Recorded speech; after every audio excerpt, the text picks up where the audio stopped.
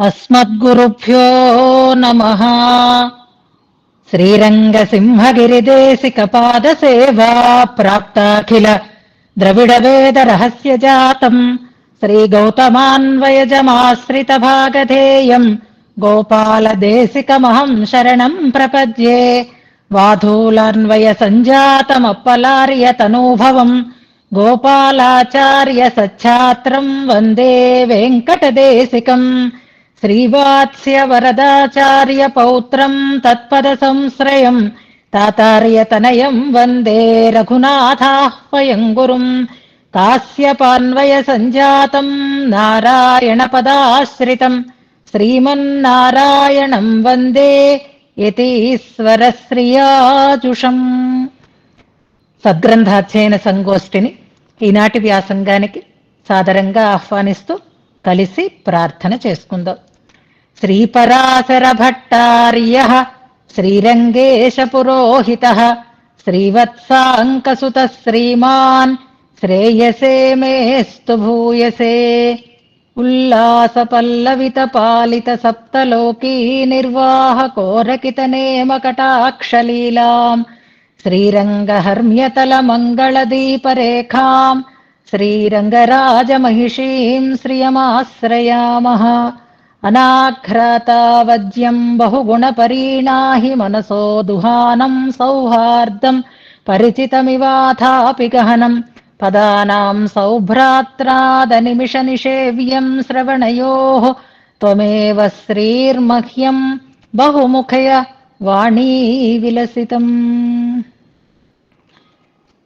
2 రోజుల విరామానంతరం ఈరోజు గోష్ఠికి స్వాగత వచనాలని తెలియచేస్తూ 2 రోజుల క్రిందటి పాఠ్యాంశాన్ని శ్రీగుణరత్న కోశంలో 2వ శ్లోక అర్థ వివరాన్ని సంక్షిప్త మధురంగా మనకి అందించినటువంటి శోభారాణిని మనసారా అభినందిస్తున్నాను. చక్కటి కృషి చేస్తున్నారు, చక్కటి శ్రద్ధ ఉంది, అవగాహన ఉంది, మళ్ళీ దాన్ని అనగలిగేటటువంటి సామర్థ్యం కూడా భగవద్ అనుగ్రహం వల్ల పొంది ఉన్నారు. మొన్న మన కార్యక్రమం గురించి మాట్లాడమంటే శోభారాణి గారు మాట్లాడారు, ఇంకెవరైనా మాట్లాడండి అని అందుకున్నాను నేను. కారణం ఏంటి, ఆ రోజు గ్రూప్ లీడర్సే అందరూ మాట్లాడారు కదా అని మళ్ళీ జ్ఞాపకం వచ్చింది. కానీ నేను అలా అనడానికి కూడా ఒక కారణం ఉంటుంది కదా. అదేది అంటే ఈ కార్యక్రమం అయిన తర్వాత ఆమె ఒక మెసేజ్ పెట్టారు నాకు. ఈ కార్యక్రమ సంబంధమైనటువంటి ఆమె మాటలు నాకు మెదడులో మెదులుతున్నాయి. అందుకని శోభారాణి గారు మాట్లాడారు అని అనుకున్నాను. కానీ వాయిస్ మెసేజ్ లో విన్నాను అనమాట. ఆ తర్వాత మళ్ళీ జ్ఞాపకం వచ్చింది. ఏదైనా అనుభవించి ఆనందించి ఆ ఆనందాన్ని వ్యక్తం చేయగలిగేటటువంటి, వ్యక్తం చెయ్యాలనేటటువంటి ఉత్సాహం కలిగినటువంటి వ్యక్తి. మొన్నటి ఆమె కృషి చాలా సంతోషాన్ని ఇచ్చింది. ఇవాళ ఈ మననం కూడా సంక్షిప్త మధురంగా సాగింది, దోషాలు ఏమీ లేవు, చాలా చక్కగా సమన్వయం చేశారు. ముందు చెప్పుకున్నటువంటి విశేషాలన్నింటినీ కూడా చెప్తూ శ్లోకాన్ని కూడా పరిపూర్ణంగా చెప్పేటటువంటి ప్రయత్నం చేశారు. సర్దుకోవలసింది ఎక్కడ, ఆ మాట మాత్రమే చెప్తాను, సమయం వ్యర్థం కాకుండా. మీరందరూ అలవాటు పడుతున్న వాళ్లే కాబట్టి మళ్ళీ మీ గురించి నేను విశేషించి చెప్పను. అలానే మిమ్మల్ని తక్కువ చేశానని అనుకోకండి ఎవరూ కూడా. ఇందులో ఉల్లాస పల్లవిత పాలిత సప్తలోకి నిర్వాహ అన్న పదం దగ్గర జాగ్రత్తగా మనం అర్థం తెలుసుకోవాలి. పల్లవితమైనది, కోరకితమైనది అమ్మ యొక్క కటాక్ష లీల. ఉల్లసితమైనది, నిర్వహింపబడినది సప్తలోకి. ఇక్కడ జాగ్రత్తగా మీరు అర్థం చేసుకోవాలి. అర్థమైందా? ఇప్పుడు పల్లవించినది సప్తలోకి కాదు, మొగ్గ తొడిగినది సప్తలోకి కాదు. సృష్టి జరిగితే కటాక్షలీల పల్లవించింది, పల్లవించటం వల్ల సృష్టి జరిగింది, అలా కూడా మనం చెప్పుకోవచ్చు. అలాగే స్థితి చేస్తున్నప్పుడు ఆ కటాక్షం మొగ్గ తొడిగింది కాబట్టి స్థితి జరుగుతోంది.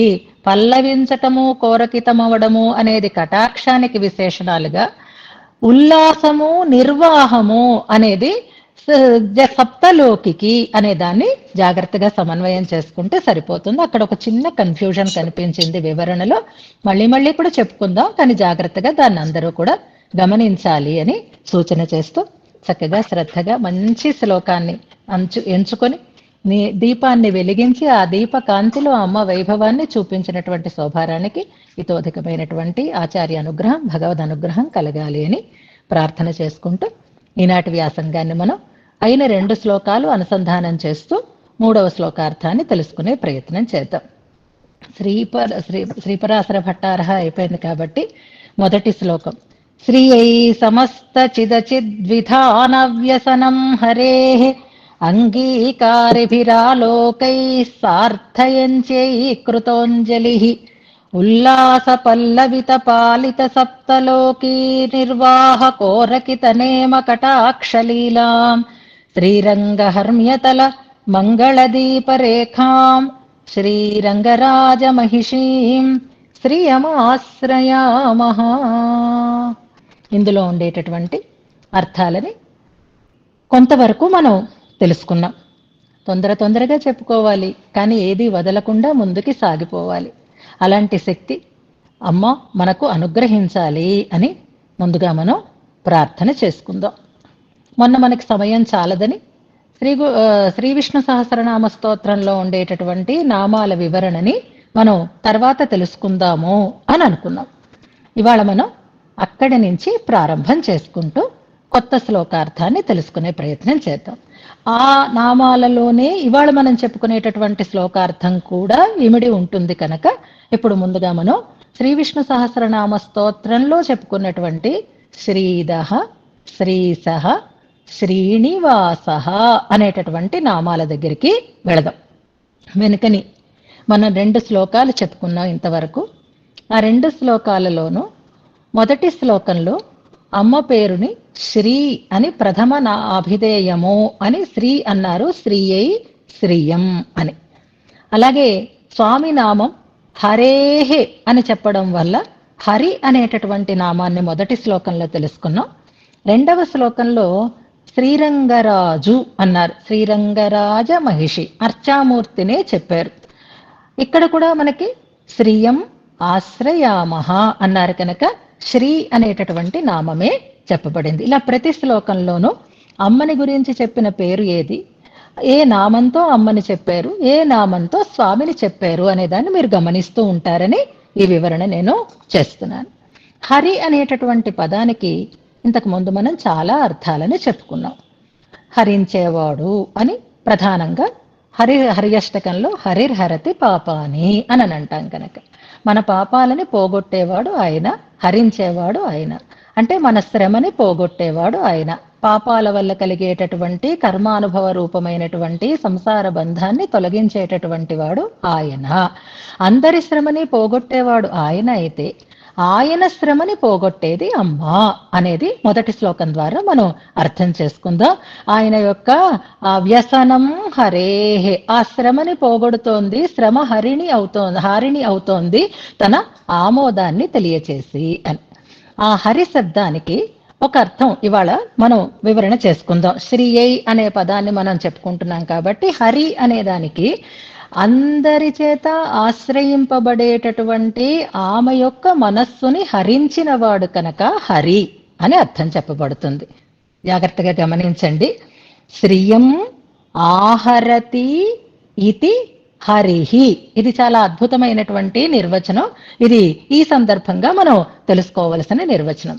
శ్రియం ఆహరతి ఇతి హరిహి, శ్రీదేవి దగ్గరకి అందరూ చేరతారు, ఆమె కావాలి, ఆమె ఇచ్చేటటువంటి సంపద కావాలి అని అందరినీ ఆకర్షిస్తుంది శ్రీదేవి. ఆమెని కూడా ఆకర్షించినటువంటి వాడు స్వామి.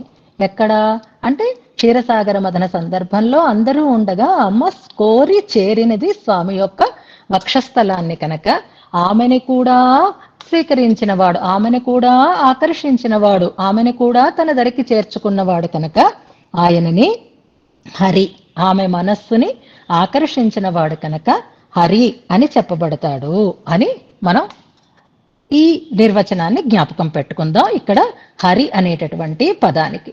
అంచేత అమ్మ మనస్సుని ఆకర్షించిన వాడు, అమ్మ ఆయనను ఆశ్రయించేటట్లుగా చేసుకున్నవాడు ఆయన హరి అని చెప్పారు అందులో. ఇప్పుడు శ్రీదః, శ్రీసః అనేటటువంటి నామాలలో 2 శ్లోకాలలో మనం తెలుసుకున్నటువంటి అర్థమంతా శ్రీదః అనే నామం ద్వారా మనం తెలుసుకోవచ్చు. 2 శ్లోకాలలోనూ పని చేస్తున్నవాడు ఆయన, సృష్టి వ్యాపారం చేసేవాడు ఆయన, కేవలం పక్కన ఉండి ఆమోదించేది ఆమె. చూపులతోటే ఆ ఆనందాన్ని, ఆమోదాన్ని తెలియచేస్తూ ఉంటుంది. ఆమె యొక్క కటాక్షములే సృష్టి స్థితి లయములకు హేతువులు అవుతున్నాయి. అంటే స్వామి యొక్క సమస్తము కూడా ఎవరి అధీనంలో ఉంది అంటే అమ్మ యొక్క అధీనంలో ఉంది అని మనకు అక్కడ తెలియజేస్తున్నారు.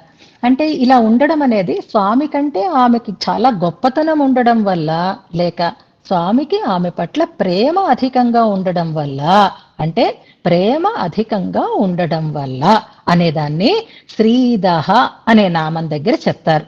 అంటే ఆయన ఎందుకు ఆమె ఆలోకాల కోసం ఎదురు చూస్తున్నాడు అంటే ప్రణయం చేత. ఆమె అంగీకరిస్తేనే ఆయనకి ఆనందం కనుక, ఇద్దరిది ఐకరస్యం అనేది చెప్తారు కాబట్టి ప్రణయ రసాన్నంతటినీ, తన ప్రణయ రసం అనేటటువంటి, తన ప్రేమ అనేటటువంటి శ్రీని అమ్మకి సమర్పించినవాడు అని శ్రీదహ అనేటటువంటి నామాన్ని చెప్తారు. జాగ్రత్తగా గమనించండి. ఒక భార్యాభర్తల మధ్య ఉండవలసినటువంటి అద్భుతమైనటువంటి సంబంధాన్ని ఈ నామాల ద్వారా మనకి తెలియచేస్తారు. అక్కడ లక్ష్మి స్వయంగా వరించి స్వామి వక్షస్థలాన్ని చేరింది అంటూ శ్రీవత్స వక్షాహ అనే నామం తర్వాత నుంచి శ్రీవాసహ అన్న నామం దగ్గర నుంచి మొదలు పెడతారనమాట. ఇష్టపడి ఒక అమ్మాయి పెళ్లి చేసుకుని వచ్చింది, అందరినీ వదిలి ఆయననే వరించింది. మరలా తన దగ్గరికి చేరినటువంటి, తనను ఆశ్రయించినటువంటి, తనను భర్తగా స్వీకరించినటువంటి ఆ భార్యకి ఆ భర్త అందించాల్సినటువంటిది ఏది అంటే ప్రణయం, ప్రేమ. ఆ ప్రేమని మొత్తం ఆయన ఇచ్చినవాడు. అందరికీ సంపదలు ఇచ్చేది స్త్రీ అయితే ఆ స్త్రీకి స్త్రీని ఇచ్చేటటువంటి వాడు ఆయన. ఏ సంపదని ఇస్తాడు అంటే ప్రేమ రూపమైనటువంటి సంపదని అందిస్తాడు అని శ్రీదహ, స్త్రీని ఇచ్చేవాడు అంటారు. శ్రీదేవికి స్త్రీని ఇవ్వడం ఏమిటండి అంటే తన యొక్క ప్రేమని అందిస్తాడు అంటారు. అదే ఆ నామానికి అర్థం. అంత ప్రేమ ఉంది కనుకే అమ్మ చూస్తేనే, అమ్మ ఆనందిస్తేనే, అమ్మ అవునంటేనే అన్నట్లుగా సృష్టి వ్యాపారాన్ని చేస్తున్నాడు. ఇది ప్రేమకి నిదర్శనము అని మనం తెలుసుకోవాలి. ఇక శ్రీశః అని ఒక నామం ఉంది. శ్రీసుడు అన్న పదానికి నారాయణ శబ్దాన్ని మన వాళ్ళు రెండు రకాలుగా నిర్వచనం చేస్తారు కదా. ఒకటి తత్పురుష అంటారు, ఒకటి బహువ్రీహి అంటారు. తత్పురుష సమాసము అన్నదాన్ని విభక్తులని బట్టి చెప్తారు. నారములకు అయనమైన వాడు అని అక్కడ చెప్పబడుతుంది. బహువ్రీహి సమాసం అంటే నారములు అయనముగా కలవాడు అని రెండు రకాలుగా మనం అక్కడ నారాయణ శబ్ద నిర్వచనాన్ని మన పెద్దలు సమాసాలని మనకి తెలియచేస్తారు. అలాగే ఇక్కడ కూడా శ్రీశః అన్నటువంటి నామానికి రెండు రకాలుగాను మనం నిర్వచనం చెప్పుకోవచ్చు, రెండు రకాలుగాను సమాసార్థాన్ని చెప్పుకోవచ్చు. శ్రీకి ఈశుడు అయిన వాడు అంటే లక్ష్మీదేవికి కూడా ఈశుడు నియామకుడు అయినటువంటి వాడు, అది నారములకు అయనమైన వాడు అన్నట్లుగా శ్రీకి ఈశుడు, శ్రీసుడు అని అర్థం అన్నమాట. అంటే శ్రీదేవి కూడా ఆయనకి లోబడే ఉంటుంది, ఆమెకి కూడా ఆయనే నియామకుడు అనే అర్థంలో శ్రీశః అని ఒక అర్థాన్ని చెప్తారు. అది కాకుండా శ్రీదేవి ఎవరికి ఈశురాలు అయి ఉందో ఆయన శ్రీదేవిని ఈశానగా కలవాడు అని అర్థం చెప్తారు. గమనిస్తున్నారా అర్థం రెండిటికి? శ్రీదేవికి ఈశ్వరుడు అని ఒక అర్థం, శ్రీదేవిని ఈశ్వరిగా కలవాడు అని ఒక అర్థం. ఈ శ్రీశః అనేటటువంటి నామాన్ని రెండు రకాలుగాను భట్టరు వారు భగవద్గుణ దర్పణంలో మనకి వివరణ చేసి వాటికి ప్రమాణాలని కూడా ఇస్తారు. ఇప్పుడు మనకి శ్రీశః అన్న చోట మొదటి శ్లోకంలో శ్రీదేవి ఈశానగా కలిగిన వాడు అనే అర్థం చెప్పబడుతోంది. ఎందుకంటే ఆయన చేస్తున్నాడు, ఆమె ఆమోదిస్తోంది. ప్రభు ఎవరైనా మనకి అధికారి, యజమాని మనం కష్టపడి చేసిన పనిని బాగుంది అంటే సంతోషపడతాం. అలాగే ఇప్పుడు అమ్మ ఉన్నత స్థానంలో ఉంది, స్వామి ఆనందిస్తున్నాడు, తన పనిని ఆమె అంగీకరిస్తే సంతోషిస్తున్నాడు. కనుక శ్రీశః అన్న చోట శ్రీదేవి ఈశురాలిగా కలిగినవాడు అంటే శ్రీదేవి చేత కూడా ఆయన నియమింపబడేవాడు అవుతున్నాడు అనే అర్థం మనకక్కడ స్పష్టమవుతుంది. ఈ అర్థం ఇక్కడ తెలుస్తుంది. ఇంకొక అర్థం చెప్పారు కదా, శ్రీదేవికి ఈశుడు అనే అర్థం చెప్పారు. అది కూడా ఈ శ్రీగుణ రత్నకోశంలోనే ఒక శ్లోకంలో మనకి తెలియచేస్తారు. ఎలాగా అంటే శ్రీయశ్రీ శ్రీరంగేశయా అని చెప్తారు. శ్రీయశ్రీహి శ్రీరంగేశయ అని ఒక శ్లోకం మనకు వస్తుంది. అక్కడ శ్రీదేవికి కూడా శ్రీ అయినటువంటి వాడు, సంపదల తల్లికి కూడా సంపద అయినటువంటి వాడు అనే అర్థంలో అక్కడ ప్రయోగం వస్తుంది. అంటే శ్రీదేవికి ఈశుడు అయినటువంటి వాడు అని. ఈ శ్రీయశ్రీహి అనేటటువంటి ప్రయోగం మనకి శ్రీరామాయణంలో కూడా కనిపిస్తుంది. సుమిత్రాదేవి కౌసల్యాదేవిని ఊరడిస్తూ ఉంటుంది. రామచంద్రుడు వనవాసానికి వెళ్ళిపోతున్నాడు. కౌసల్యాదేవి చాలా బాధపడుతోంది. సుమిత్రకి కూడా అదే కష్టం ఉంది. అయినా ఆమె ఎంత గొప్పదో దాన్ని బట్టే మనకు తెలుస్తుంది. కౌసల్యాదేవిని ఓదారుస్తుంది. అమ్మా, నువ్వెందుకు భయపడతావు? ఆయనకి ఏ రకమైనటువంటి ఆపద కలగదు.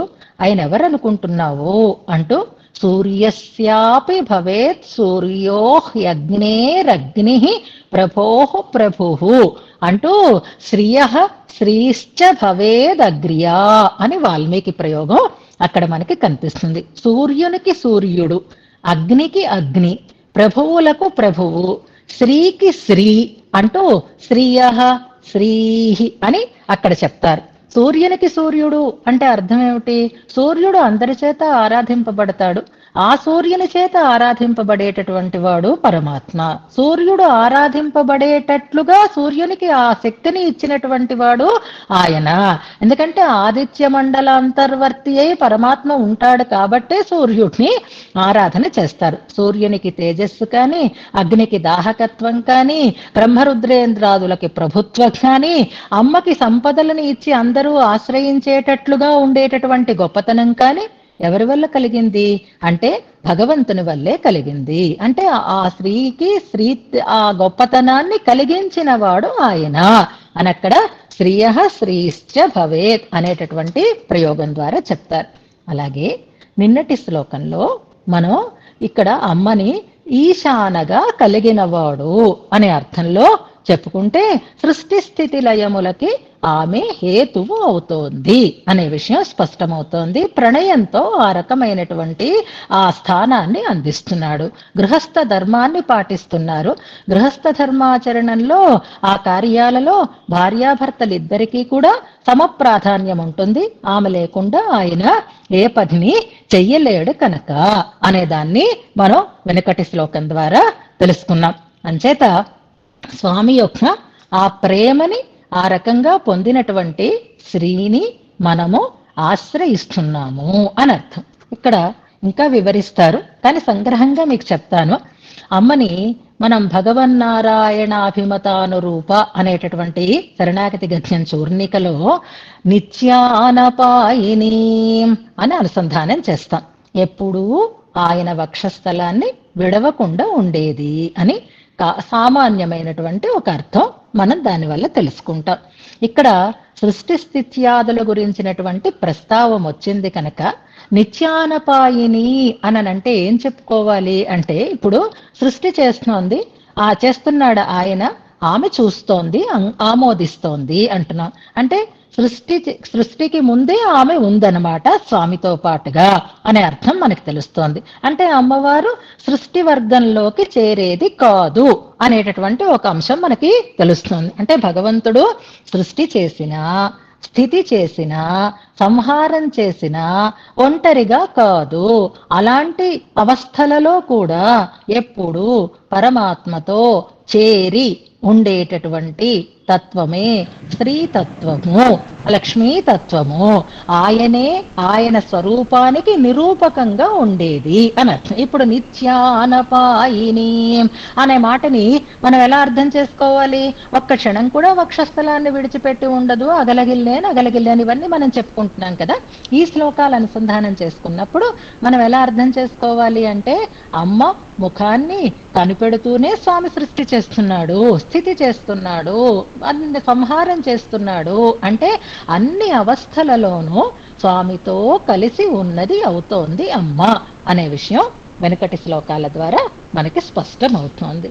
ఇక శోభారాణి గారు ఇప్పుడు మననం చేసినప్పుడు అమ్మలో ఉండేటటువంటి మొదటి శ్లోకంలో ఉన్న పరత్వ సౌలభ్యాల గురించి ఒకసారి జ్ఞాపకం చేశారు. అలాగే మొన్న మనం చెప్పుకున్నప్పుడు కూడా ఈ శ్లోకంలో పూర్వార్థమేమో అమ్మ యొక్క పరత్వాన్ని చెప్తోంది అని తెలుసుకున్నాం. ఉత్తరార్థమేమో అమ్మ యొక్క సౌలభ్యాన్ని చెప్తోంది అని తెలుసుకున్నాం. సౌలభ్యం ఎలా చెప్పబడుతోంది అంటే శ్రీరంగ హర్మ్యతల నిత్యవాసం చేస్తోంది, అందరూ తనని ఆశ్రయించటానికి వీలుగా, కనుక సులభంగా మనం పొందడానికి వీలుగా ఉంది, సౌలభ్యం చెప్పబడుతోంది. సృష్టి స్థితుల కటాక్ష లీల వల్లే కలుగుతున్నాయి అని చెప్పడం వల్ల పరత్వం చెప్పబడుతోంది అని ఇందులో కూడా రెండు గుణాలని మనం తెలుసుకోవచ్చు. సరే, సౌలభ్యం పరత్వం మనం చూసుకుంటున్నాం కాబట్టి ఇంకొక సమన్వయం చేసుకుందాం, జాగ్రత్తగా గమనించండి. స్త్రీ అనేటటువంటి శబ్దానికి ఎన్నో అర్థాలని చెప్తున్నారు. అందులో రెండు అర్థాలు ఆశ్రయించేది, ఆశ్రయింపబడేది అని కదా. అందరి చేత ఆశ్రయింపబడేది, స్వామిని తాను ఆశ్రయించేది అని శ్రీయతే శ్రేయతే అని రెండు అర్థాలని మనం చెప్పుకుంటాం. ఈ ఉల్లాస పల్లవిత అనేటటువంటి దాంట్లో ఈ రెండు అర్థాలని మనం చూడవచ్చు. ఎలాగా, ఎక్కడ అంటే శ్రియం ఆశ్రయామః అని అన్నారు. అంచేత అందరి చేత ఆశ్రయింపబడేది అనే అర్థం అక్కడ శ్రియం ఆశ్రయామః అనడంలో ఆ అర్థం మనకి తెలియబడుతుంది. ఇక ఇంకొకటి శ్రీరంగ హర్మ్యతల మంగళ దీపరేఖ అన్నారు, పట్టమహిషి అన్నారు. అలా అనడం వల్ల ఆమె స్వామిని నిత్యము ఆశ్రయించి ఉన్నది అనేటటువంటి అర్థం తెలుస్తోంది. రాజభవనంలో రాజమహిషి ఎలాగైతే నిత్యము ఉంటుందో అలాగే అమ్మ కూడా స్వామిని సదా ఆశ్రయించి ఉన్నది అనే అర్థం అక్కడ మనకి తెలియబడుతోంది. సో ఆశ్రయించేది, ఆశ్రయింపబడేది అనే రెండర్థాలు కూడా నిన్నటి శ్లోకంలో మనం సమన్వయం చేసుకుంటూ మూడవ శ్లోకాన్ని అనుసంధానం చేసుకుని అర్థ వివరణని చేసుకుందాం. అనుకల తను కాండాలింగనారంభ శుంభత్ ప్రతిదిశ భుజ శాఖ శ్రీసఖానోకహర్తి స్తన నయన గుళుచ్ఛ స్ఫార పుష్పద్విరేఫా రచయితు మయి లక్ష్మీ కల్పవల్లీ కటాక్షాన్. మరొకసారి, అనుకల తను కాండాలింగనారంభ శుంభత్ ప్రతిదిశ భుజ శాఖ శ్రీసఖానోకహర్తి స్తన నయన గుళుచ్ఛ స్ఫార పుష్పద్విరేఫా రచయతు మయి లక్ష్మీ కల్పవల్లీ కటాక్షాన్. వెనుకటి రెండు శ్లోకాలలోనూ మంగళాచరణం చేశారు అని చెప్తున్నాం. ఏ రకమైనటువంటి మంగళాచరణము అంటే నమస్కార రూపమైనటువంటి మంగళాచరణం అని చెప్తున్నాం. రెండింటిలోనూ నమస్కార రూపమైనటువంటి ఆశ్రయణం మనకి కనిపించింది. ఆసీహి నమస్క్రియా వస్తు నిర్దేశో వాపి అని చెప్పడంలో మంగళాచరణం మూడు రకాలుగా చేస్తారు అని ఇంతకు ముందు మనం శ్రీరంగ రాజస్తవం చెప్పుకున్నప్పుడు చెప్పుకున్నాం. మంగళాచరణం ఒక్కసారి చేస్తే సరిపోతుంది కదా అంటే నిన్న దానికి మనం సమాధానం చెప్పుకున్నాం. మంచి పనులకి ఆటంకాలు అనేకం ఉంటాయి కనుక ఆ ఆటంకాలు తొలగడం కోసం మళ్ళీ మళ్ళీ మంగళాచరణం చేస్తున్నారు. అద్భుతమైనటువంటి స్తుతి రచనని ఉపక్రమిస్తున్నారు కాబట్టి అది నిర్విఘ్నంగా కొనసాగాలి అని విఘ్నాలు తొలగడం కోసం మళ్ళీ మళ్ళీ మంగళాన్ని ప్రార్థన చేస్తున్నారు. నమస్కార రూపమైనటువంటి మంగళాచరణాన్ని చేశారు. నమస్కార రూపంగా ఎందుకు చేశారు అంటే అంజలి పరమాముద్ర క్షిప్రం దేవప్రసాదిని అంటారు కనుక అంజలి ముద్ర దేవతలని ఆ దేవత అనుగ్రహ సాధకమైనది కనుక చేశారు అని అక్కడ చెప్తున్నాం. మామూలుగా ఇందులో ఉండే 61 శ్లోకాలలో ఉండేటటువంటి విషయాన్ని విభాగం చేసుకుంటూ మనం వెళ్ళాలి అంటే ముందు మనం చెప్పుకున్నాం మొదటి 4 శ్లోకాలలోనూ మంగళాచరణం చేస్తున్నారు అని చెప్పుకున్నాం. అంటే ఇప్పుడు ఈ 3వ శ్లోకం కూడా మంగళాచరణ రూపమైనటువంటి శ్లోకమే అనేది మొట్టమొదట మనం గ్రహించాల్సినటువంటి అంశం. అయితే ముందు రెండు ఉండేటటువంటి శ్లోకాల కంటే ఈ శ్లోకంలో ఉండేటటువంటి ప్రత్యేకత ఏది అంటే ఇందులో ఆసీహి రూపమైనటువంటి మంగళాశాసనం చేస్తున్నారు. ముందు రెండు శ్లోకాలలో నమస్క్రియా రూపంగా సాగింది. ఇందులో తర్వాతి శ్లోకంలో కూడా ఆసీహి రూపంగా సాగుతుంది, ఆశిస్తున్నారు అనే అర్థంలో మనం చెప్పుకోవాలన్నమాట. ఇది కూడా మంగళాచరణాత్మకమైనటువంటి శ్లోకమే అని తెలుసుకుంటూ ఇందులో క్రియాపదం రచయతు అనేది క్రియాపదం.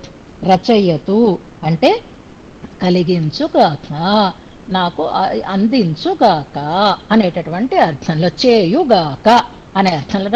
రచన అంటాను చూసారా, రచయతు అనేది ప్రధానమైనటువంటి క్రియాపదం. రచయతు అంటే చేయుగాక, అంటే నా మీద తన యొక్క చూపులు ప్రసరింప చేయుగాక అని అన్వయం చేసుకుంటాం. చూపులు అనడానికే పదం స్పష్టంగా ఉంది. కటాక్షాన్ రచయతు, కటాక్షాన్ రచయతు, కటాక్షములను ప్రసరింప చేయు, కటాక్షములను చేయుగాక అంటే అర్థం ఏమిటి? ప్రసరింప చేయుగాక అని అర్థం. ఇక్కడ తమాషా ఏంటి అంటే అమ్మ తన చూపులు నా మీద పడేటట్లుగా చేయుగాక.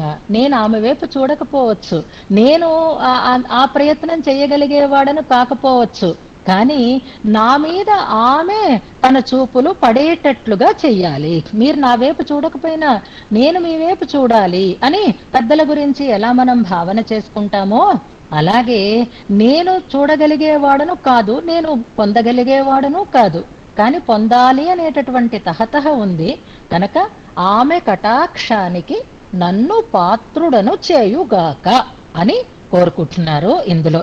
అంటే ఒక్కసారి చూస్తే చాలా నాయనా అని అమ్మ అడిగిందేమో కాదు, ఒకసారి అయితే ఎలాగా, ఎప్పుడూ ఎప్పుడూ ఆ చూపులు నా మీద పడుతూనే ఉండాలి. అందుకే కటాక్షాన్ అని బహువచనం వాడుతున్నారు చూడండి. కటాక్షములు అనడానికి మనకి మొదటి శ్లోకంలోనూ పదం ఉంది, రెండవ శ్లోకంలోనూ పదం ఉంది, మూడవ శ్లోకంలోనూ పదం ఉంది. మొదటి శ్లోకంలో ఆలోకై అనేటటువంటి పదం వచ్చింది మనకి. రెండవ శ్లోకంలో మనకి ఉల్లాస పల్లవిత అనేటటువంటి శ్లోకంలో కటాక్షలీల అని కటాక్షం అనేటటువంటి పదమే వచ్చింది. కానీ ఇక్కడ కటాక్షాన్ అని బహువచనాన్ని వాడుతున్నారు. అంటే అమ్మ చూపు ఒక్కసారి పడితే చాలదు, అలా చూస్తూనే ఉండాలి, పడుతూనే ఉండాలి. ఆ ప్రసారం మన మీద నిరంతరంగా సాగుతూనే ఉండాలి. అంజలి కృత, మనం చేసే ప్రయత్నం అయితే ఒకసారి చాలు, కానీ అమ్మ అనుగ్రహం అయితే అలా పరంపరగా అనుస్యూతంగా మన మీద కలుగుతూనే ఉండాలి అని కోరుతున్నారు. ఎందుకు, ఎవరి మీద పడాలి, కటాక్షాలు ఎవరి మీద ప్రసరింప చెయ్యాలి అంటే చూడండి, కర్తృపదం ఉంది, మయి అంటున్నారు. మయి అంటే నా యందు అని అర్థం అన్నమాట. అదేంటి, భట్టరు వారికి ఔదార్యం ఎక్కువ, వారు అందరికీ మంచిని పంచేటటువంటి స్వభావం కలిగినటువంటి వారు అని వెనుకటి శ్లోకం ద్వారా మనం తెలుసుకున్నాం కదా. తెలుసుకున్నామా మనం? ఎలా తెలుసుకున్నాము అంటే చెప్పుకున్నాం మనం. శ్రీయం ఆశ్రయామహ అన్నారు, శ్రీదేవిని ఆశ్రయిస్తున్నాము అన్నారు. అంటే మనందరినీ కలుపుకొని చెప్పారు అని సంతోషపడ్డాం. ప్రయత్నం వారు చేస్తున్నా ఫలాన్ని పొందడానికి మనని కూడా కలుపుకున్నారు కాబట్టి ఎంతటి ఔదార్యం, ఎంతటి ఔదార్యం అని ఔదార్య సూచకంగా బహువచనం వాడుతున్నారు అని అక్కడ మనం చెప్పుకున్నాం. మరి ఇక్కడ కటాక్షములు నా మీద ప్రసరింప చేయాలి అని కోరుతున్నప్పుడు మయి అని ఎందుకంటున్నారు? నా ఒక్కడి మీదే కలగాలి అని అంటున్నారే, మరి ఆ ఔదార్యం ఇక్కడ ఎలా కనపడడం లేదు, ఎందుకలా అనటం లేదు? మా మీద అని అనుకుంటున్నా, మయి నాయందు అని ఎందుకంటున్నారు అనేది ముందు మనం తెలుసుకోవాలి. ప్రతి పదాన్ని ఇలా వివరించుకుంటూనే వెళ్ళిపోదాం మనం. ఎందుకంటున్నారు ప్రత్యేకించి అంటే, నేను పరీక్షకి వెళుతున్నాను, నాకు బెస్ట్ ఆఫ్ లక్ చెప్పు అంటారు. ఇంట్లో 10 మంది పిల్లలు ఉన్నారు, కానీ అందరూ సెలవులు ఎంజాయ్ చేస్తున్నారు. ఒక అబ్బాయి మాత్రం స్పెషల్ కోచింగ్ తీసుకుంటున్నాడు.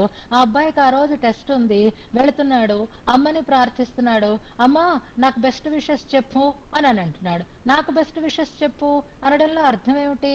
తాను ప్రత్యేకించి ఒక పనికి సంసిద్ధంగా ఉన్నాడు కాబట్టి. అలాగే భట్టరు వారు కూడా ఇక్కడ మయి అని చెప్పడం స్వార్థంతో కాదు, ఇప్పుడు నేను స్తోత్రం చెయ్యటానికి సంసిద్ధంగా ఉన్నాను. నిన్ను స్తుతించటానికి ఉద్యమిస్తూ ఉండేటటువంటి నాయందు నీ స్తుతి సక్రమంగా సాగేటట్లుగా నీ అనుగ్రహాన్ని ప్రసరింప చెయ్యి అంటున్నారు. ఇక్కడ మయ్యి అనే అర్థంలో నీ స్తుతి చెయ్యటానికి సిద్ధపడుతూ ఉండేటటువంటి నాయందు అనేటటువంటి ఒక భావనని మనం తెలుసుకోవాలి. నాయందే అనేటటువంటి స్వార్థం కాదు, ప్రత్యేకమైనటువంటి పనికి సంసిద్ధుడుగా ఉండేటటువంటి నాకు ఆ పనిలో సమర్థత కలిగేటట్లుగా నువ్వు కటాక్షములను ప్రసరింప చేయాలి అంటున్నారు. ఎవరిని అడుగుతున్నారు అంటే లక్ష్మీ కల్పవల్లి అంటున్నారు. రచయతుమయి లక్ష్మీ కల్పవల్లి అని విడదీసి చదువుకోకండి. ఇప్పటి వరకు ఒకవేళ అలా చదువుకుంటున్నా ఇక్కడి మీదట కలుపుకుని అనుసంధానం చేస్తున్నాం. లక్ష్మీ కల్పవల్లి, మనకి లక్ష్మి అని వచ్చేసరికల్లా ఆగిపోతాము, కల్పవల్లి అని విడదీసుకుంటాం. కానీ ఇక్కడ లక్ష్మి అనేటటువంటి కల్పవల్లి, లక్ష్మి అనబడేటటువంటి కల్పవల్లి అనే అర్థం రావాలి. కాబట్టి కల్పవల్లిగా, వల్లి అంటే తీగ, కల్పవల్లి అంటే కల్పలత. ఆ కల్పలత ఎవరు అంటే లక్ష్మీ కల్పవల్లి, లక్ష్మి అనేటటువంటి పేరు కలిగినటువంటి కల్పవల్లి అంటున్నారు. చూసారా, ఇప్పుడు ఈ శ్లోకంలో అమ్మ నామధేయం ఏ నామంతో చెప్తున్నారు ఇక్కడ అంటే లక్ష్మి వచ్చింది. ఇంతకుముందు రెండిట్లోనూ శ్రీ అని వచ్చింది, ఇప్పుడు లక్ష్మి అనేటటువంటి నామం వస్తుంది. లక్ష్మి అని చెప్పి ఊరుకోలేదు, ఆమెని ఒక కల్పలతగా చెప్తున్నారు. లక్ష్మీ కల్పవల్లి అంటున్నారు. ఆమె కటాక్షాన్ రచయతు అన్నారు. ఎవరి మీద అంటే మయి అన్నారు. ఇందులో కల్పవల్లి అని చెప్పి ఊరుకుంటే సరిపోతుందా?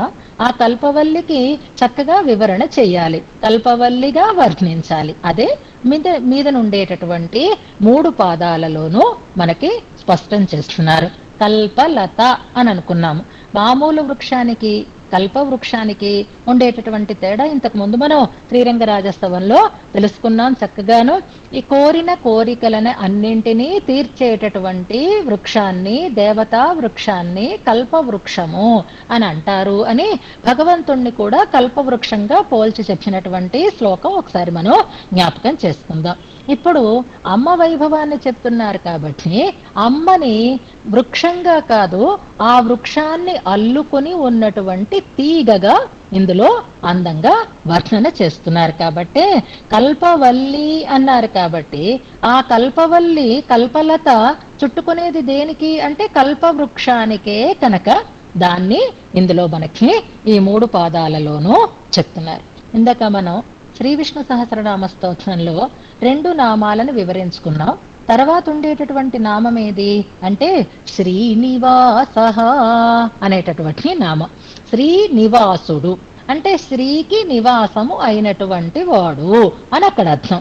అక్కడ భట్టర్ వారు ఒక అందమైనటువంటి నిర్వచనాన్ని ఇస్తారు. శ్రీనివాసుడు అంటే ఆ వల్లి చెట్టుని చుట్టుకొని ఉన్నట్లుగా లక్ష్మీదేవికి మంచి ఆలంబమైన వాడు, నిత్యోపఘ్న అంటారు శ్రీ విష్ణు సహస్రనామ భాష్యంలో.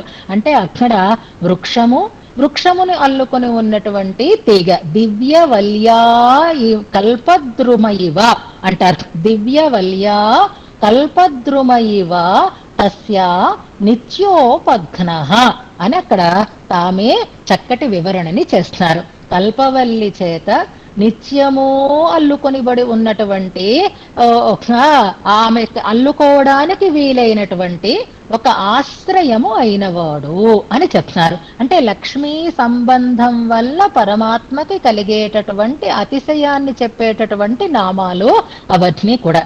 అంచేత శ్రీనివాసుడు అన్నప్పుడు కూడా చెట్టు, తీగ, ఆలంబము, ఆ ఆలంబాన్ని అల్లుకొని ఉండేటటువంటి లత అనేటటువంటి భావమే అక్కడ తెలియచేస్తున్నారు. దాన్ని అందంగా మరింత స్పష్టంగా ఈ శ్లోకంలో భట్టర్ వారు వివరణ చేస్తున్నారన్నమాట. ఇప్పుడు అమ్మవారిని, లక్ష్మీ అమ్మవారిని ఒక అందమైనటువంటి లలితమైనటువంటి తీగలాగా భావించాలి. ఆ తీగ ఒక ఆధారాన్ని అల్లుకుంటూ ఉంది. ఆ ఆధారం ఏది అంటే స్వామి అని అనుకోవాలి. ఈ స్వామి యొక్క శరీరాన్ని చుట్టుకొని ఉంటుంది అమ్మ. అదే తీగలాగా చుట్టుకొని ఉంటుంది. ఎప్పుడైతే చెట్టుని అల్లుకొని ఉంటుందో తీగ చక్కగా బలంగా అందంగా ఏపుగా ఎదిగి పుష్పించి అందంగా ఉంటుంది. అలాగే తీగతో ఎప్పుడైతే చెట్టు చుట్టుకొని ఉంటుందో అది చూడడానికి చాలా అందంగా ఉంటుంది. అంటే చెట్టు తీగ. ఇప్పుడు మనం తీసుకుంటే మణి కాంతి, సూర్యుడు కాంతి ఇలా చెప్పుకున్నట్లుగానే చెట్టుకి అందం ఎప్పుడు అంటే తీగ చుట్టుకొని చక్కగా అందంగా ప్రకాశిస్తున్నప్పుడు ప్రకృతి రంజకంగా ఉంటుంది. తీగకి బలం ఎప్పుడు, తీగకి శోభ ఎప్పుడు అంటే ఒక ఆలంబాన్ని అల్లుకొని ఉంటే తీగ కూడా అందంగా పుష్పించి రంజకంగా ఉంటుంది. అంటే ఇప్పుడు దీన్ని బట్టి అన్యోన్య రంజకత్వం అనే ఒక అద్భుతమైనటువంటి సన్నివేశం మనకి కనిపిస్తుంది. దంపతులు కూడా ఎప్పుడు అలాగే ఉండాలి, అనురూపంగా ఉండాలి. ఒకరి వల్ల ఒకరిలో ఉండేటటువంటి వైభవము ఇనుమడించేటట్లుగా ఉండాలి అనేది ఇందులో మనకి భట్టర్ వారు చెప్తున్నారనమాట. మనం శరణాగతి గద్యంలో లక్ష్మీ శరణాగతి చూర్ణికలో భగవన్నారాయణాభిమత అనురూప అని చదువుతాను చూసారా. అభిమత అనడానికి వెనుకటి శ్లోకాలను మనం సమన్వయం చేసుకోవచ్చు. ఇష్టురాలు కాబట్టే ఆమెకి తన సర్వస్వాన్ని ఇస్తున్నాడు ఆయన. అనురూప అంటున్నారు. వెనకటి శ్లోకంలో శ్రీరంగరాజ మహిషి అన్నారు. మహిషి అంటే కృతాభిషేక మహిషి లభనం చెప్పుకున్నాం. రాజుగారికి ఇష్టం ఏందండి, తనకి తోచిన వాళ్ళనే వివాహం చేసుకున్నాడు. ఆవిడికే పట్టాభిషేకంలో పక్కన కూర్చోపెట్టుకున్నాడు. కానీ ఏమీ తగినట్టుగా లేదండి. ఏం చేస్తాం, ఆయన నిరంకుశుడు కదా. కానీ చూస్తే కాకి ముక్కుకి దొండపండు అన్నట్లుగా అట్నుంచిటి చెప్పుకోవాలి అంటే ఆ మహిషి ఆయనకి అనురూపగా లేదండి అని అనిపించడానికి అభిమతం అయితే అవ్వచ్చు, కానీ అనురూపం కాదే అని అనిపించవచ్చు. కానీ ఈ దివ్య దంపతులలో ఒకరికొకరిలో ఆనురూప్యం అనేటటువంటి ఒక లక్షణం స్పష్టంగా కనిపిస్తుంది. అందుకే ఇక్కడ చెట్టు తీగ అన్నట్లుగా అందంగా వర్ణన చేస్తున్నారు. లక్ష్మీదేవి కల్పవల్లి, ఆయన అనోకహము అంటారు. ఇప్పుడు పదాల మీద అర్థాలని జాగ్రత్తగా చూద్దాం. అనుకల, తనుకాండ, ఆలింగన, ఆరంభ, శుంభత్. ఇదంతా 2 లైన్లు కూడా ఒకటే పదం తెలుసా, సమస్త పదం అని అంటారు. ఈ శ్లోకంలో మొదటి 2 లైన్లు కూడా ఒకే పదంగా చెప్పుకోవాలి. అన్ని పదాలు కలిసి ఏర్పడినటువంటి దీర్ఘ సమాసం అన్నమాట. అందుకని దాంట్లో ఒక్కొక్క పదాన్ని మనం వివరణ చేసుకుంటూ వెళదాం. అనుకల అంటే ప్రతి క్షణం అని అర్థం. అనుకలం అంటే ప్రతి క్షణం అని అర్థం. తనుకాండ, తనువు అంటే శరీరము, తనుకాండము అంటే శరీరం అనేటటువంటి కాండము అని అర్థం. కాండము అంటే కర్ర అని ఒక అర్థం మామూలుగా ఉంటుంది. ఇక్కడ చెట్టుతో పోలుస్తున్నారు కాబట్టి, చెట్టుగా చెప్తున్నారు కాబట్టి కాండము.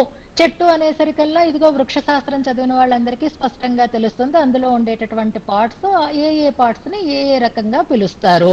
కొమ్మలు, శాఖలు అంటాం. కాండము అంటే చెట్టు బోధే అంటాం. దాని కింద ఉండేటటువంటి వాటిని వేర్లు అంటాం. ఇలా రకరకాలైనటువంటి విభాగాలు ఉంటాయి. అలాగే భగవంతుడి శరీరాన్ని మనం ఆయన పాదాలని వేర్లు అని అనుకోవాలి. ఒక వృక్షంగా భావిస్తే భగవంతుణ్ణి వృక్షంగా భావించడం అనేది మనం స్పష్టంగా శ్రీరంగరాజస్తవంలో తెలుసుకున్నాం కదా. దివి తిష్టతి స్తబ్ధ వృక్ష ఇవ అనే ఒక శృతి వాక్యాన్ని కూడా మనం చెప్పుకున్నాం. అక్కడ ఆయన పాదాలు వేర్లు అని అనుకుంటే ఆ మొత్తం శరీరం అంతా కూడా ఒక చెట్టు బోధె లాంటిది అని అనుకుంటున్నాం మనం. ఆయన యొక్క భుజాలు శాఖలు తర్వాత ఇందులోనే వస్తుంది కాబట్టి ఇప్పుడు తను కాండ అనేటటువంటి పదం దగ్గర తను అనేటటువంటి కాండము అని తీసుకుందాం. తనువు అంటే శరీరము, శరీరం అనేటటువంటి కాండమును అంటే చెట్టు బోధెను అని అనుకోవచ్చు. లేదా ఒక స్థిరంగా రుజువుగా ఉన్నటువంటి ఒక దండమును అని అనుకోవాలి. స్థిరంగా ఉండేటటువంటి ఒక చెట్టుగా, స్ట్రైట్ గా ఉన్నటువంటి ఒక చెట్టుగా మనం తీసుకోవాలి. తనుకాండ అన్న చోట తనుకాండమును అంటే భగవంతుని యొక్క దివ్యమైనటువంటి దివ్యమంగళ విగ్రహమును ఆలింగనం అని చెప్పుకోవాలి. ఆ స్వామి యొక్క దివ్య మంగళ విగ్రహమును ఆలింగనం చేసుకోవటానికి ఆరంభ మొదలుపెట్టింది ప్రయత్నం అన్నమాట. అంటే ఇంకా ఆలింగనం చేసుకోవాలని సిద్ధపడగానే ఆలింగన ఆరంభ, అలా అమ్మ ఆ స్వామి దివ్యమంగళ విగ్రహాన్ని చుట్టుకోవటం, ఆలింగనం చేసుకోవటం. ఇక్కడ అయితే ఒక తీగ తనకి దగ్గరలో ఉండేటటువంటి ఒక చెట్టుని ఆశ్రయంగా చేసుకుని దాన్ని చుట్టుకోవటం అనేటటువంటి అర్థం ఆలింగనారంభ. ఇంకా ప్రయత్నంలోనే, పూర్తిగా ఆలింగనం చేసుకున్న తర్వాత అని చెప్పటం లేదు, ఆరంభించగానే అంటే దాన్ని అల్లుకోవడం మొదలు పెట్టగానే ఆ ప్రయత్నంతో శుంభత్ ప్రకాశిస్తోందిట. అంటే చెట్టుకి తీగ చుట్టుకున్న వెంటనే ప్రకాశించదు. తీగ బాగుంటుంది, చెట్టుకేం పెద్ద విశేషం ఉండదు. కానీ ఇక్కడ అట్నుంచి ఇటు అవుతోంది, తీగ చుట్టుకుంది, ఇలా ముట్టుకుంది అంతే చెట్టు వెలిగిపోతోంది. దాంట్లో ఉండేటటువంటి వైభవం అద్భుతంగా ప్రకాశవంతంగా ఉంది. శుంభత్ అంటే ప్రకాశిస్తున్నా. ఎలా ప్రకాశిస్తోంది అంటే మామూలుగా వెలిగి ఆరి బల్బులు ఉంటాయి చూసారా, ఒక్కసారి వెలుగుతాయి మళ్ళీ ఆరిపోతూ ఉంటాయి. అలాగా అమ్మ ఇలా ముట్టుకోగానే ఒక్కసారి ప్రకాశం వచ్చి మళ్ళీ అది లుప్తమైపోయిందా అంటే కాదు, అనుకలం ప్రతిక్షణం ఆ ప్రకాశం స్పష్టంగా కనిపిస్తూనే ఉంది. ఈ అనుకలం శుంభత్ అన్నమాట. అంటే అమ్మ ఎప్పుడూ చుట్టుకునే ఉంది, ఆ ప్రకాశం ఎప్పుడూ అందంగా కనిపిస్తూనే ఉంది. ఇప్పుడు చెప్తాను చూడండి ప్రతిపదానికి. అనుకల ప్రతిక్షణము, తనుకాండ శరీరం అనేటటువంటి కాండమును, ఆలింగనం చేసుకోవటం వల్ల, ఆరంభ ఆలింగనము కొరకైన ఆరంభం అంటే ప్రయత్నం అంటే సిద్ధపడడం, దానివల్ల శుంభత్ ప్రకాశిస్తూ ఉండేటటువంటి ఆ ప్రకాశం కనపడాలి కదా. మీరు చెప్తున్నారండి, నాకైతే చాలా సంతోషంగా ఉందండి, కానీ ముఖంలో అసలు వికాసమే లేదు, పెదవులు విడడం లేదు, నవ్వు ఉండటం లేదు, అలా ముఖం అలా మొద్దులాగా ఉంది, కానీ ఎంతో సంతోషంగా ఉంది అంటే ఎలా తెలుస్తుంది? ఆ శుంభను, ఆ ప్రకాశము ప్రకటింపబడాలి కదా. ఎలా అవుతోంది? స్వామిలో కలిగినటువంటి ఆనందం ఎలా ఉందిట అంటే ప్రతి దిశ. ఇప్పుడు అమ్మ ఇలా చుట్టుకుంది, ఇప్పుడు ఆమెని ప్రణయంతో తాను కూడా చుట్టుకోవాలి అంటే ప్రతి దిశాసు ప్రతి దిశ అంటారు. అంటే అన్ని దిక్కులయందు అని అర్థం అన్నమాట. అన్ని దిక్కులు అంటే ఎన్ని దిక్కులు ఉన్నాయి? ప్రధానంగా 4 దిక్కులు. స్వామికి ఎన్ని భుజాలు ఉన్నాయి? 4 భుజాలు ఉన్నాయి. 4 భుజాలు 4 వైపులా ప్రసరించేయా అన్నట్లుగా ఆ 4 కాదు సుమండి, అనంత బాహూదర వక్ర నేత్రం అంటారు కదా. అనంత బాహువులు ఉన్నాయి ఆయనకి.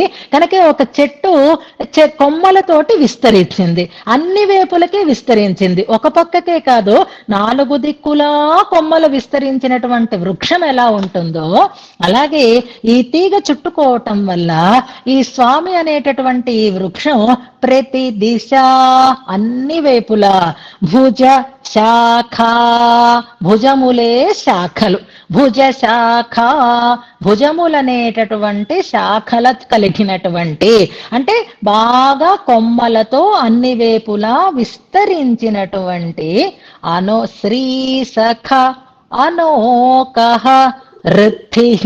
జాగ్రత్తగా పదాలు విరుచుకుందాం, చాలా స్పష్టంగా అనుసంధానం చేసుకుందాం. శ్రీ సఖ, ఇక్కడ స్వామి నామం ఏముందో చూడండి, శ్రీ సఖ. అమ్మ నామం ఏముంది? లక్ష్మి. స్వామి నామం ఏం చెప్తున్నారు?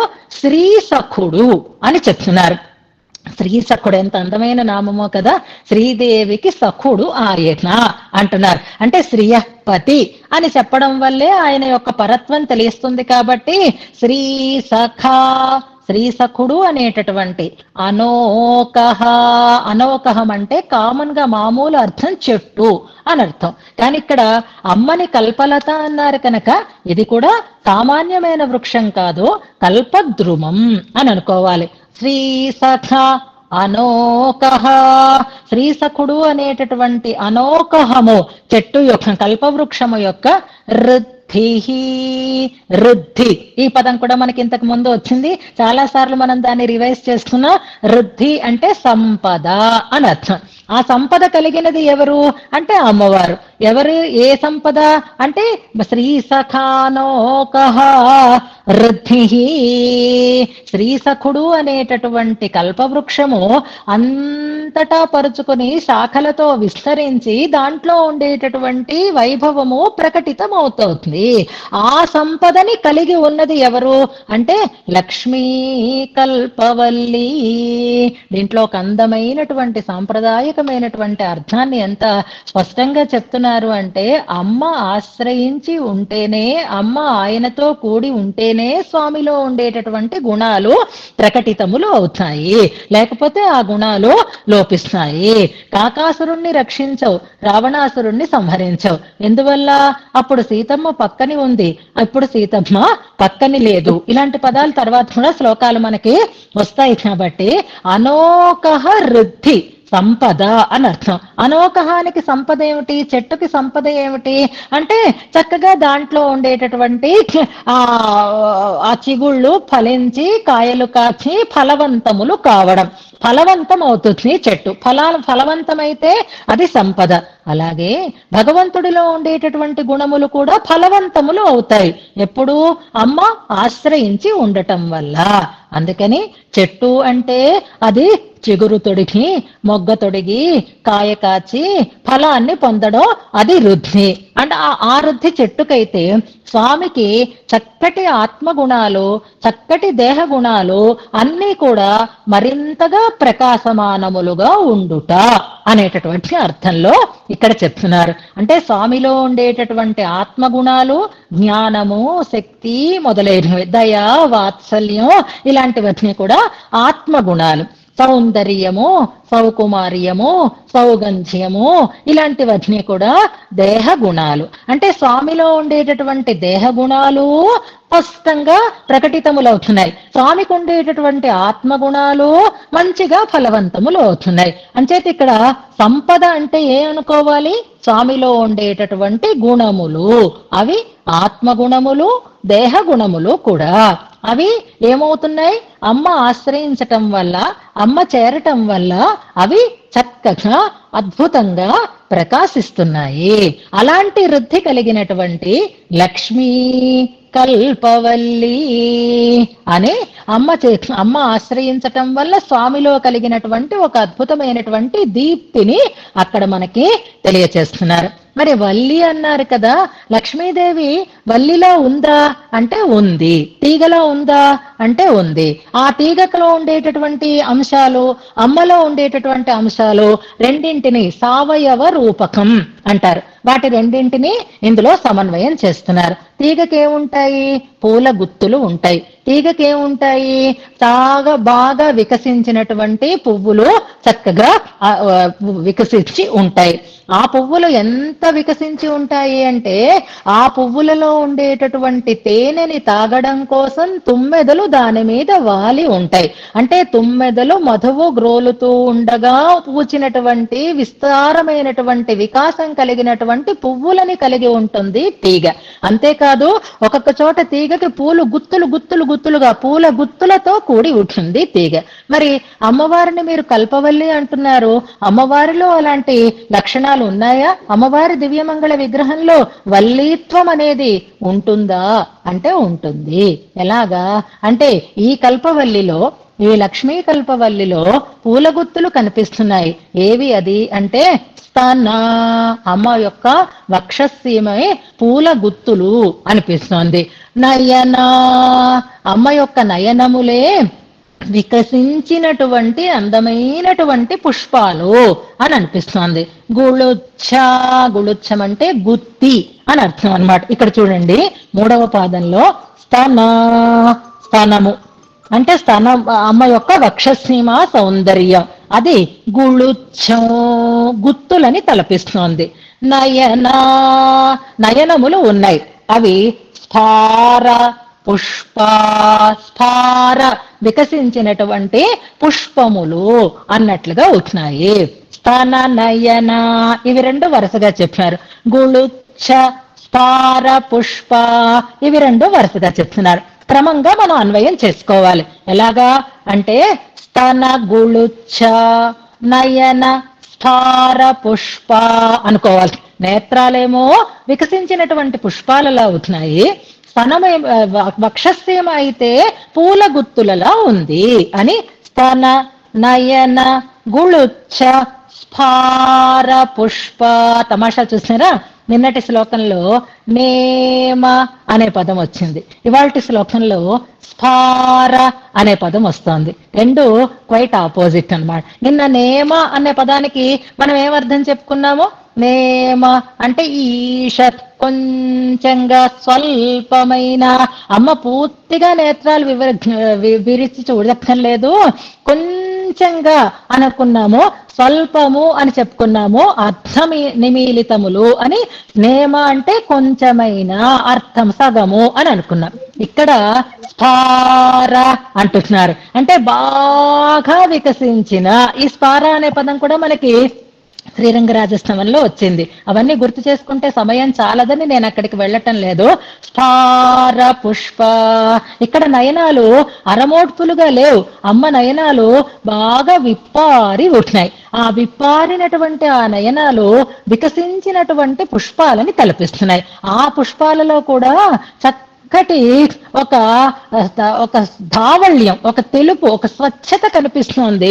అందుకే స్ఫార పుష్ప అంటున్నారు. నయనాలని వికసించినటువంటి పుష్పాలే నయనాలు. అంటే తీగకు ఉండేటటువంటి పుష్పాలు, తీగకు ఉండేటటువంటి పూల గుత్తులు అమ్మ శరీరంలో కూడా మనకి కనిపింపచేస్తున్నారు.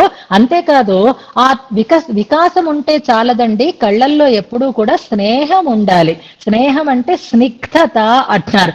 ఎంత పెద్ద కళ్ళైనా దయ్యం కళ్ళల్లాగా ఉండొచ్చు, అందులో స్నేహం కనపడకపోతే, అందులో మనకి అనుకూలత కనపడకపోతే. మ్యూట్ లో పెట్టుకోండి అమ్మా ఎవరు. అలాగా ఇక్కడ తర్వాత ఇంకొక మాట చెప్తున్నారు చూడండి, ద్విరేఫ అంటున్నారు.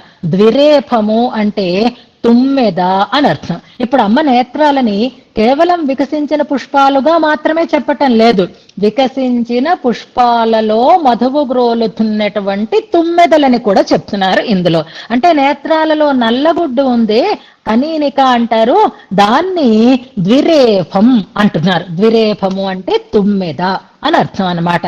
ఎందుకు ద్విరేఫం అంటారు దాన్ని అంటే, తుమ్మెదని చెప్పేటటువంటి పదాలలో భ్రమరం అనేది ఒక పదం ఉంది.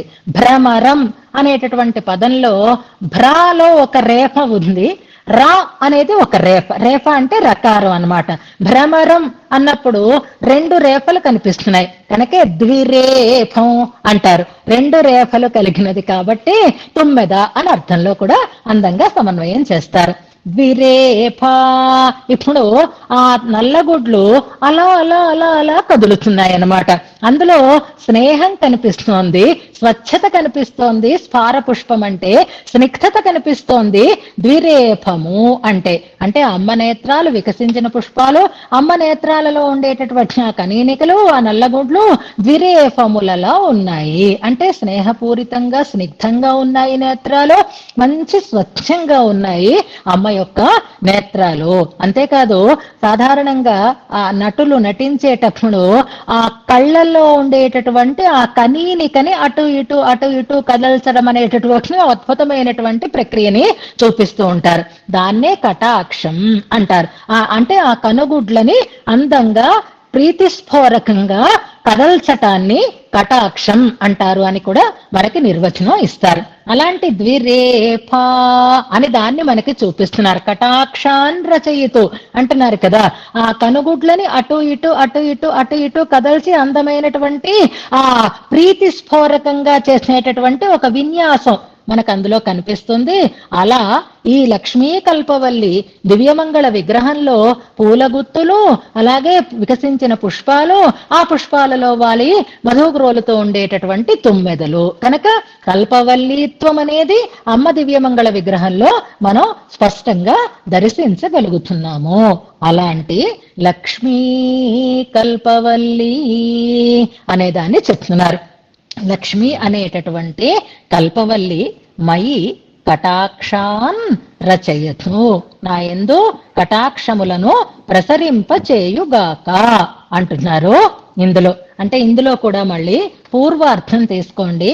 ఆ పూర్వార్థంలో అమ్మ స్వామిని ఆశ్రయించి ఉండుట, ఆనురూప్యం అనేటటువంటి ఒక అద్భుతమైనటువంటి లక్షణాన్ని మనకి తెలియజేస్తున్నారు. గుళుచ్చం అంటే గుత్తి అని చెప్పుకున్నాం కదా, మంజరి అని అంటాం. మంజరి అంటే గుత్తి అని అర్థం. అలాగే గుళుచ్చము అంటే కూడా గుత్తి, పూల గుత్తిలా ఉంటుంది వక్షసీమ, వికసించినటువంటి పుష్పంలా ఉంటుంది నేత్రము అని అంటున్నారు.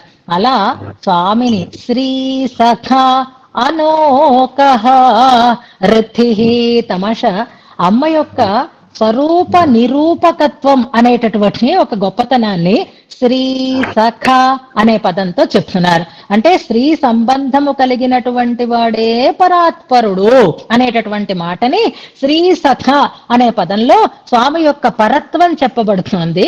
అనోకః అనేటటువంటి మాటను చెప్తున్నారు. అనోకహము అంటే వృక్షము అని అన్నారు కదా, భగవంతుణ్ణి నివాస వృక్ష సాధూనాం, మీరందరూ ప్రాక్టీస్ చేశారు. ఇది రామాయణంలో శ్లోకం అని మనం దాన్ని కూడా కోట్ చేసి పెట్టుకున్నాం మనం. అలాగే వాసుదేవ తరుఛాయ అనేటటువంటి ఒక శ్లోకాన్ని కూడా మనం చెప్పుకున్నాం. రేపు వాటి ప్రమాణాలు కూడా మనం తీసుకుందాము. అంతే, భగవంతుడు వృక్షంలా చెప్పబడుతున్నాడు అంటే ఏమిటి అర్థం? ఈ సంసారంలో బాధపడుతూ ఉండేటటువంటి మన తాపాన్ని తొలగించటానికి అందించేటటువంటి, కలిగించేటటువంటి నీడ అయినటువంటి వాడు ఆయన. కనుక అనోకహ పదంతో ఆయన మనం చేరడానికి వీలుగా ఉండేటటువంటి వాడు అనే సౌలభ్యము చెప్పబడుతోంది. శ్రీ సఖుడు, అందరూ వెళ్ళి చేరుతున్నారు కనుక ఆయనేమి ఇలాంటి వాడు కాదు, పరాత్పరుడు అనేటటువంటి ఒక అద్భుతమైనటువంటి అందం మనకి శ్రీ సఖానోకహర్షి అనడంలో తెలియచేస్తారు. ఇది మనకి ఏ శ్లోకాన్ని జ్ఞాపకం చేయాలి అంటే శ్రీరంగరాజమిష పద్మసరహ అనేటటువంటి ప్రయోగం గుర్తుపెట్టుకుందా. అది పద్మసరస్సు అండి, కానీ దాని పేరు శ్రీరంగరాజు, కానీ శ్రీరంగరాజు కాదు, అది పద్మ సరోవరం అని మనం శ్రీరంగరాజష్టమంలో చెప్పుకున్నాం. అలాగే ఇది చెట్టు కాదు, శ్రీ సఖా అనోకహో.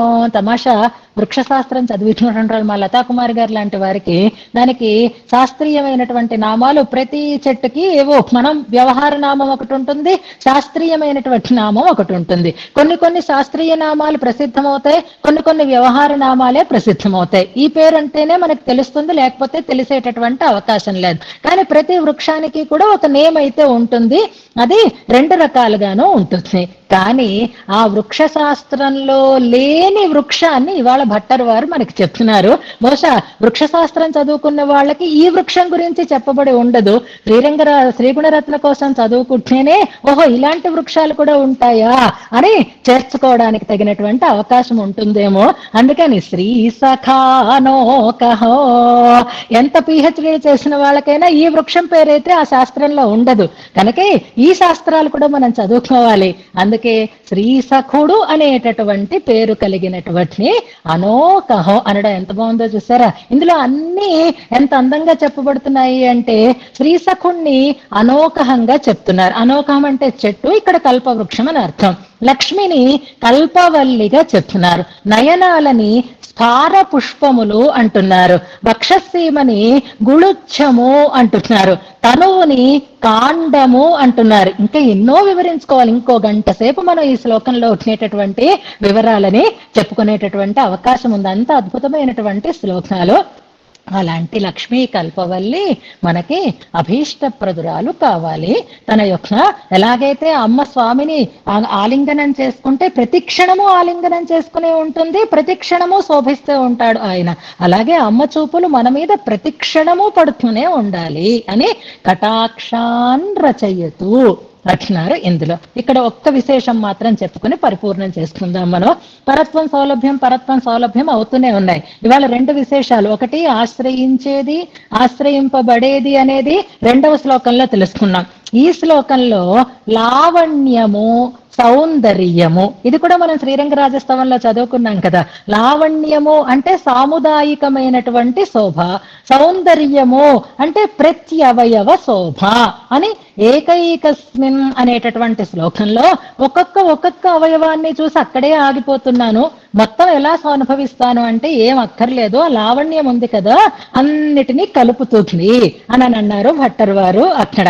అలాగే ఇందులో పూర్వార్థంలో రావణ్యం చెప్పబడింది, సముదాయ శోభ చెప్పబడింది. అనుకల తనుకాండాలింగనారంభ శుంభత్ అనేటటువంటి దాంట్లో శ్రీసఖానోకహర్తి అన్నంత వరకు లక్ష్మీ కల్పవల్లినే చెప్పారు, కానీ సాముదాయికమైనటువంటి శోభ లావణ్యం అక్కడ చెప్పబడింది. తర్వాత సౌందర్యం చెప్పారు, అవయవ శోభ ఎక్కడ అంటే స్తననయన గుళుచ్ఛ స్ఫార పుష్పద్విరేఫ అనడంలో ప్రత్యవయవ శోభని వర్ణించారు.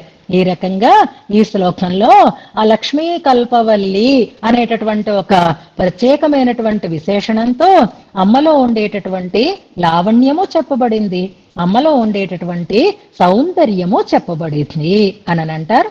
ఇలాంటి ఎన్నో విశేషాలతో కూడినటువంటి ఈ శ్లోకాన్ని మనం వీలైనంత వరకు తెలుసుకున్నాం. దీన్ని ఉపదేశాత్మకంగా మనం ఇప్పుడు తెలుసుకుంటూ మిగిలిన విశేషాలని యథావకాశం రేపు తెలుసుకునేటటువంటి ప్రయత్నం చేద్దాం.